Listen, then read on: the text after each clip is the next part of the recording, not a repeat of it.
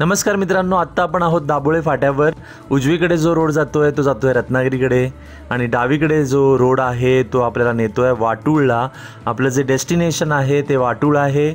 आपला व्लॉग आपण कंटिन्यू केला आहे। लास्ट व्लॉगमध्ये लास्ट एपिसोडमध्ये मी तुम्हाला अगदी साखरपा तिठ्यापर्यंत आणलेलं आणि त्यावेळी म्हटलेलं डावीकडे जी दिसते ती काजळी नदी आहे आणि याच नदीवरून हे ब्रिज जाणार आहे पुढे। त्या ब्रिजवरून आपण प्रवास करणार आहोत। सो लास्ट व्लॉगमध्ये मी तुम्हाला जो प्रवास घडवला होता तो संगमेश्वरमधून आपण अल्टरनेट रूट घेतलेला। आपण संगमेश्वर ते डायरेक्ट लांजा न जाता राजापूर न जाता आपण काय केलं की एक अल्टरनेट रूट घेतला आणि तो अल्टरनेट रूट असा होता की आपण संगमेश्वरमधून साखरप्याला गेलो। साखरप्यामधून साखरप्याच्या अलीकडे आधी देवरुख आलं। सो देवरुखमधून साखरप्यामधून हे दाभोळे तिठा जो आहे आत्ता आपण आज शिरलो आहे तो तिथून आपण चाललो शिपोशी नंतर गोविळ, कोर्ले, भांबेड, पाचलफाटा असं करत करत आपण वाटूळला बाहेर पडू आणि वाटूळला आपल्याला पुन्हा एकदा मुंबई गोवा हायवे मिळेल जो आपण मागे संगमेश्वरमध्ये मागच्या भागामध्ये आपण सोडला होता आणि दुसऱ्या रूटला आलेलो। आता इथे एक मी सांगेन तुम्हाला, हा जो उजवीकडे रोड जातोय तो लांजाला जातोय। अर्थात हा रोड काही चांगल्या स्थितीत नाही आहे। लास्ट टाईम मी प्रवास केला 1 महिन्यापूर्वी साधारण, त्यावेळी हा रस्ता फारसा चांगल्या स्थितीमध्ये नव्हता आणि तो लांजापर्यंतच तुमचा प्रवास घडेल। पुढे तुम्हाला पुन्हा हायवे मिळेल। सो बेटर ह्या रोडने जावं कारण हा रोड अतिशय सुस्थितीत आहे आणि हा रोड त्याच एशियन बँकेच्या वित्तसहाय्याने बांधला आहे ज्या बँकेच्या वित्तसहाय्याने मागचा एक ब्लॉग मी तुम्हाला दाखवला होता देवरुख रोडचा, रत्नागिरी देवरुख रोड, तर निवे मार्गे जो आहे तो व्लॉग माझ्या प्लेलिस्टमध्ये आहे, नक्की बघा। तो इतका सुंदर रोड आहे, अजूनही 2-2.5 वर्ष होऊन गेली त्या रोडला बांधून। तसाच हा रोड आहे, एशियन बँकेच्या वित्तसहाय्याने हा रोड बांधला आहे आणि अतिशय सुस्थितीमध्ये हा रोड आहे। तुम्ही आता बघताय बघा, मी शूट केलं आहे, तुम्ही समोरच बघताय की इथे तुम्हाला औषधालाही खड्डा नाही आहे। आता आपण हनुमानवाडी शिपोशीमध्ये पोहोचलोत। सो आता शिपोशी गाव सुरू झालं आहे आणि मित्रांनो मी तुम्हाला म्हटलेलं की दाभोळेमधून आपण सुरू करू प्रवास आपला। आपण शिपोशीमधून जाऊ पुढे गोविळला। गोविळच्या अगोदर कोलेवाडी येते, त्याच्यानंतर कोर्ले येतं, कोर्लेला फाटा आहे, प्रभानवल्ली फाटा आहे आणि प्रभानवल्लीमध्ये पण तुम्हाला माहिती आहे की नदीच्या अलीकडे नदीच्या पलीकडे सो 2 रूट आहेत तिथे पण, ते मी दाखवेन त्यावेळी। दुसरा पुढचा रूट आहे प्रभानवल्लीचा पुढचा फाटा आहे, तिथून आपण एक पर्यटन स्थळ आहे प्रसिद्ध खोरनिमको, तिकडेही जाऊ शकतो। अर्थात या रूटवर बरीच पर्यटन स्थळं आहेत। माचाळ तुम्ही ऐकलं असेल, माचाळही ह्याच रूटला आहे। त्यानंतर पुढे मग भांबेडला जाऊ आपण, भांबेडवरून वाघणगावमधून पाचलफाटामधून विलवडे स्टेशन फाटा आणि मग वाटूळ। सो असा हा आपला रूट असणार आहे आणि अनेक पर्यटन स्थळं मध्ये मध्ये आपल्याला तिथे जायचा जो मार्ग आहे तो या हायवेकडून तुम्हाला मिळणार आहे किंवा ते मार्ग या हायवेलाच कनेक्टेड आहेत। आता बघा, हा पहिला मार्ग आला तो म्हणजे माचाळ। तुम्ही डावीकडे बघताय माचाळ कोसरी फाटा आहे, हा डावीकडे हा जो रस्ता गेला आहे आतमध्ये तो माचाळला जातो आणि रत्नागिरीतलं प्रसिद्ध हवेचं ठिकाण आहे, थंड हवेचं ठिकाण आहे। अगदी तुम्ही याला कम्पेअर करू शकता महाबळेश्वर किंवा इतर पर्यटन स्थळं जी आहेत त्याच्याशी। अर्थात विकास तेवढा झाला नाही आहे पण जर तुम्ही पावसाळ्यात किंवा हिवाळ्यात जर इथे आलात तर खूपच आल्हाददायक वातावरण असतं। तुम्हाला अगदी सेम फील येतो, जसा फील कुठल्याही थंड हवेच्या ठिकाणी येईल तसा सेम फील तुम्हाला माचाळला येतो। आणि पुढे जो खोरनिमको आहे, खोरनिमको हे एक गाव आहे ज्या गावामध्ये एक धरण आहे आणि तिथे पाणी विशेषतः पावसाळ्यामध्ये, अर्थात पुढे जायला परमिशन नसते, तुम्ही लांबून फोटो काढू शकता।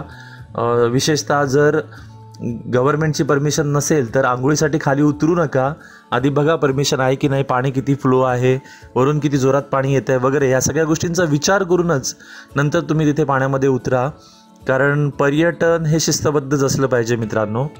अदरवाईज तुम्हाला माहिती आहे की आपण आनंद घेण्यासाठी निसर्गाचा येतो, अशावेळी काही आपल्याकडून गैरकृत्य किंवा वाईट कृत्य किंवा चुकीचं काही घडायला नको आणि त्याने आपल्याला फटका नको बसायला आपल्याला आणि इतरांना, त्यामुळे आपण ती काळजी घेतली पाहिजे।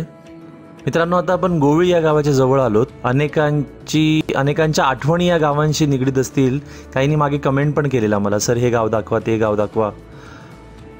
होतं कसं की कधी कधी प्रवास एवढा मोठा असतो, प्रत्येक गाव दाखवता येत नाही किंवा लक्षातही राहत नाही. पण जसं शक्य होईल तसं मी प्रयत्न करतो आहे. इथे जेवढे जेवढे मेजर स्पॉट आहेत, प्लेसेस आहेत, तसं आता हे विद्यामंदिर गोविळ, आपण गोविळ या गावात प्रवेश केलेला आहे. आणि शिपोशी झालं, आता कोलेवाडी आणि गोविळ आणि पुढे कोर्ले, मेजर गाव आहे ते कोर्ले, आणि तिथून 2 मेजर फाटे आहेत त्यामुळे. सो आपण आता इथे तुम्ही बघा, हा पुढचा जो बस स्टॉप आहे तो लाखन बस स्टॉप आहे गोविलचा, गोविळ गाव आहे हे. सो हां, तर मगाशी मी म्हणत होतो की काही जणांनी मला कमेंट पण केलेली लास्ट व्हिडिओला विशेषतः, सर हे गाव राहिलं किंवा तुम्ही दाखवलं नाही, दुःख झालं वगैरे. तर मित्रांनो, होतं असं की पूर्ण प्रवासामध्ये सगळं काही कॅप्चर करता नाही येत, अदरवाईज खूप मोठा व्हिडिओ होईल. सो इथे गाईंनी आपला जरासा रास्ता रोको केला आहे.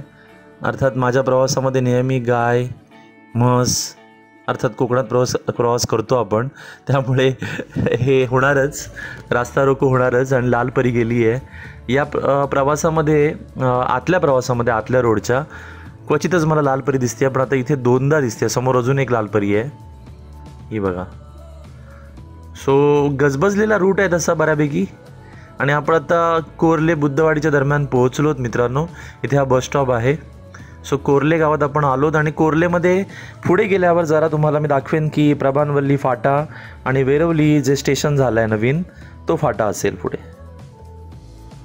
सो अशा प्रकारे मी थोडी गाडी स्लो केली आहे. प्रभानवल्ली जे गाव आहे त्या गावाकडे जाणारा हा रूट डावीकडे, आणि उजवीकडे दिसतो आहे तो वेरवली फाटा, म्हणजे जे वेरवली स्टँड आहे, सॉरी स्टेशन आहे. जरा आपल्याला थोडा व्यत्यय येतो आहे एका व्यक्तीचा, ठीक आहे, आता ते बाजूला गेलेत. हां, तर वेरवली हे जे नवीन स्टेशन झालं आहे त्या स्टेशनकडे जाणारा रूट जो आहे, रोड जो आहे, तो माझ्या उजव्या हाताला होता आता जस्ट. आणि जरा पुढे गेल्यावर आता पुन्हा एकदा एक ब्रिज येईल.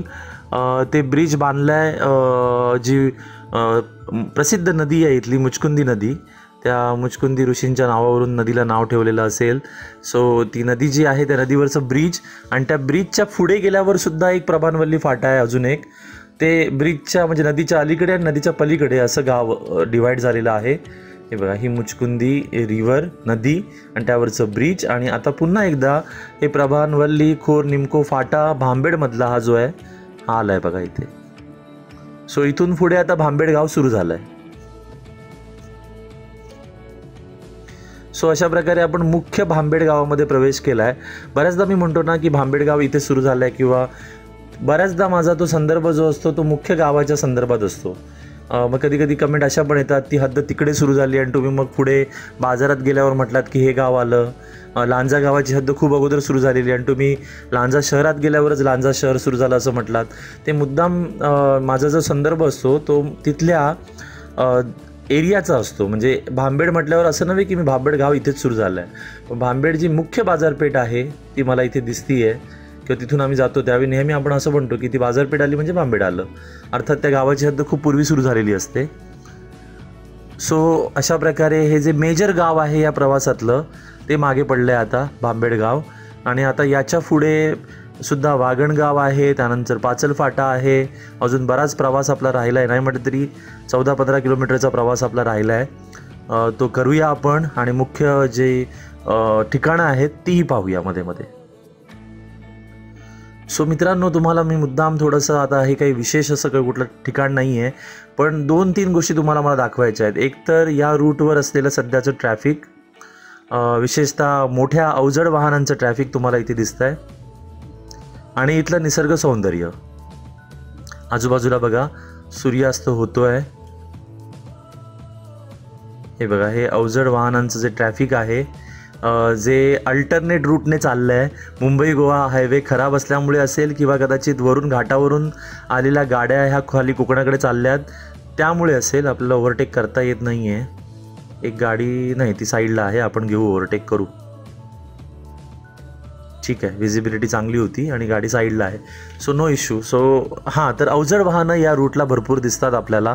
बऱ्याच वाहनांनी अल्टरनेट रूट पण घेतला आहे. डायरेक्ट न जाता मुंबई गोवा हायवेने या रूटने ह्या गाड्या जातात, त्यामुळे तुम्हाला मध्ये मध्ये ट्रॅफिक पण मिळतं. इथे मला काहीतरी रस्त्यावरच गाडी थांबली, इश्यू दिसतो आहे काहीतरी इश्यू धूर दिसतोय. मी थोडं थांबेन, गाडी बघेन काय इश्यू आहे त्यांचा आणि त्यानंतर प्रवास सुरू करू. मित्रांनो थोडा इश्यू होता, त्यांच्या गाडीतून धूर येत होता, त्यांनी हेल्प मागवली आहे आणि सगळेजण सुखरूप बाहेर पण उतरलेले आहेत. सो आपण आपला प्रवास पुन्हा एकदा सुरू केला आहे. वागणगावामध्ये आपण आहोत आणि इथे एक मंदिर आहे, बसस्टॉप पण आहे इथे. वागणगावचा जो बसस्टॉप आहे तो इथे आहे आणि इथून पुढे गेल्यावर थोडा प्रवास केल्यावर पुढे गेल्यावर आपल्याला पाचल फाटा वगैरे हे पण मिळेल आणि मग हळूहळू आता जवळ आलोत आपण. पण इथला जो भाग आहे ना तो इतका सुंदर आहे ना. हा भाग बघा, इथे खिंड असल्यासारखीच आहे. म्हणजे एका साईडला जरा थोडा उंच डोंगर आहे, दोन्ही साईडला डोंगर आहेत आणि त्याच्यामधून हा रस्ता चालला आहे आणि इतका सुंदर रस्ता आहे. मी पुन्हा रेकमेंड करतो आहे तुम्हाला, जर तुम्ही कधी मुंबई गोवा हायवेवरून जात असाल, प्रवास करत असाल आणि तुम्ही संगमेश्वर ते लांजा किंवा पुढे राजापूरपर्यंत प्रवास करत असाल तर एकदा तरी या अल्टरनेट रूटने जा. आणि त्याचं कारण असं आहे की तुम्ही लवकर पोचाल किंवा रस्ता खूप सुंदर आहे वगैरे ह्या गोष्टींसाठी नाही, तर इथल्या निसर्ग सौंदर्याचा आनंद घेत तुम्हाला प्रवास करता येईल. ते खूप महत्त्वाचं आहे. बाकी तर ठीक आहे, थोडा वेळ कमी लागेल, रूट खूप सुंदर असल्यामुळे. बघतायच तुम्ही, समोर दिसतंच आहे तुम्हाला, एकही खड्डा नाही आहे रस्त्यावर, त्यामुळे थोडा कमी वेळात तुमचा प्रवास होऊन जाईल. पण सगळ्यात महत्त्वाचं इथला जो कोकणचा जो निसर्ग आहे तो निसर्ग तुम्हाला अनुभवता येईल. इथे बघा पुन्हा एकदा गतिरोधक आहेत आणि आपण आता पाचल फाट्याकडे आलोत. सो हा जो इथे व्यवस्थित बांधली जाते त्यांनी, बसस्टॉप जे आहेत ते अगदी व्यवस्थित बांधलेले आहेत आणि हा खऱ्या अर्थाने विकास आहे जो एशियन बँकेने केला आहे ना. पायाभूत सुविधा उभ्या करणं, बसस्टॉप बांधणं. इथे बघा हा विलवडे स्टेशन रोड आहे, विलवडे स्टेशन फाटा आहे. सो या सुविधा प्रोव्हाइड करणं आणि अजिबात तुम्ही बघताय मोठ्या प्रमाणावर कुठेही वृक्षतोड नाही झाली आहे. हे मागच्या व्हिडिओमध्ये पण मी मेन्शन केलेलं. माझा जो मागचा व्हिडिओ होता तोही मुद्दाम बघा, त्यातही मेन्शन केलेलं मी की वृक्षतोड कमीत कमी केली आहे. सो मित्रांनो अशा प्रकारे आपण पोचलोत वाटूळला आणि इथे समोर तुम्हाला दिसतो आहे मुंबई गोवा हायवे 4 लेन जो इथे कंप्लीट झालेला आहे. या भागामध्ये सिंधुदुर्ग आणि रत्नागिरी या भागामध्ये हा कंप्लीट झाला आहे आणि गोव्यामध्ये पण. वर रायगडमध्ये आणि रत्नागिरीमध्ये कामं चालू आहेत. कधी कंप्लीट होणार आहे देवास ठाऊक. इथे रस्ता बंद दिसतोय मला, सो उजवीकडून जावं लागेल. सो डावीकडचा रस्ता काही कारणांनी बंद होता, पण आता आपण उजवीकडून जाऊ आणि वर जाऊन हे थोडं रिस्की आहे खरं म्हणजे, पण असं बऱ्याचदा होतं. सो आपण आता आलोत आणि अगदी काळजीपूर्वक आपण इथे टर्न घेऊ. अशा प्रकारे मित्रांनो आपण मुंबई गोवा हायवेवर पोहोचलोत. आपला जो व्लॉग होता तो इथे कंप्लीट झाला आहे, पूर्ण झाला आहे. आपण अल्टरनेट रूट घेतलेला, अल्टरनेट रूट मी पूर्ण तुम्हाला दाखवला. अगदी संगमेश्वर, साखरपा, देवरुख ते दाभोळे मार्गे वाटूळपर्यंत. तर तुम्हाला हा व्हिडिओ कसा वाटला मला सांगायला अजिबात विसरू नका आणि जर व्हिडिओ आवडला असेल तर शेअर करायला विसरू नका. धन्यवाद मित्रांनो.